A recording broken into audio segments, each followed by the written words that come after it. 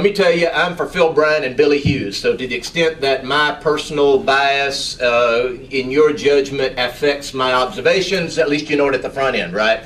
But all the same, I'll do my best to kind of give you what I think the real lay of the land is. And if you think I'm blowing smoke, at least you know what my starting point is. In my estimation, one of the biggest news stories of this primary cycle is that the Dave Dennis campaign never came on. Now, I got to tell you, in all good conscience, I always believed Phil Bryant was going to be our nominee for governor. I didn't think that Dave, with the best run campaign under the best of circumstances, could beat him. But I really did think, and by the way, I have very high personal and professional regard for Dave Dennis. I've known him for 20 years. But I really did think that his campaign would be a strong organization, well-funded, and would give Phil all he wanted. Up until tomorrow's 7 p.m. tomorrow evening, and in my estimation, as best I can tell you from keeping a pretty close eye on it, I just don't think it happened. I don't think it really made, and I think Phil's going to win quite handily. In fact, in my estimation, the only surprise that might be still lingering out there, and I don't think it's likely at all, but at least something to watch for, is whether Hudson Holliday and Williams together get enough votes to force Phil Bryant and Dave Dennis into a runoff. I don't think that's going to happen, but it's at least something to have a little bit of suspense on our side of the ledger in the gubernatorial primary. Lieutenant governor's race is exactly the opposite. When I first started telling people that I think Billy Hughes is for real and is really going to run a competitive race and really has a prospect to be our nominee, people really looked askance at me and thought that I really was sort of voting my heart and not my head.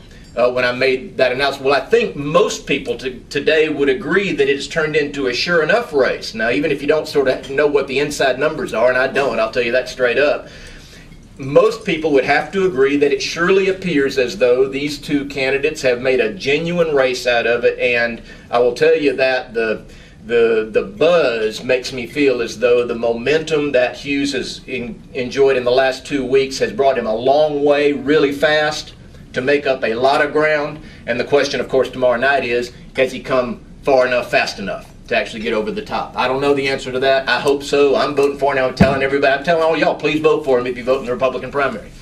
The treasurer's race, in my judgment, is one of our most interesting races and has been the most difficult for me to handicap. I'm not going to tell you who I'm going to vote for in that race, although I have a favorite, because I really don't think it skews my view of it, because I'm not sort of all in that race and have very high regard for all three of our candidates. Lucian Smith, of course, who came out of the blocks with the biggest chunk of money, was sort of perceived for that reason to be our front runner.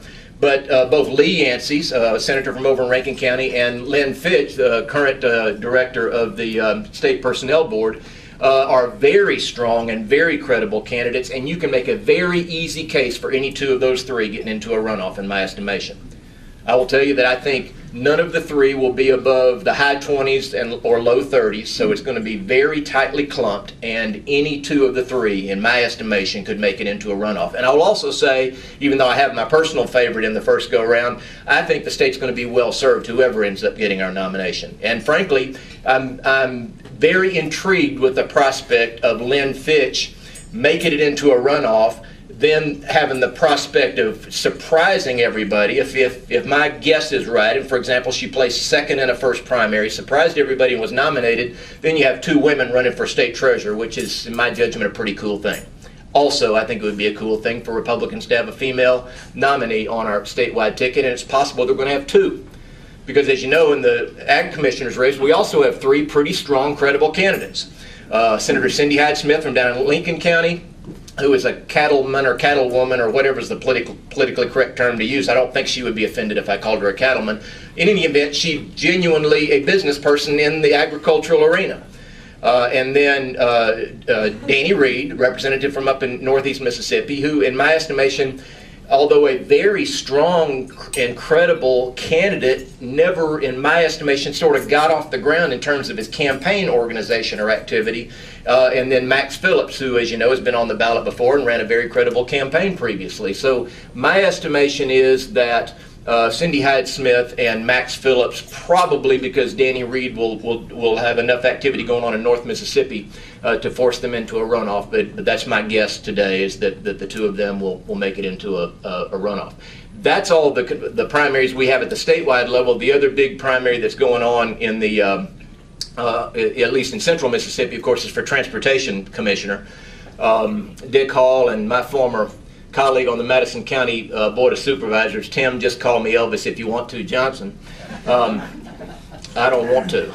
I'm for Dick Hall, and I think Dick Hall's going to win handily and ought to.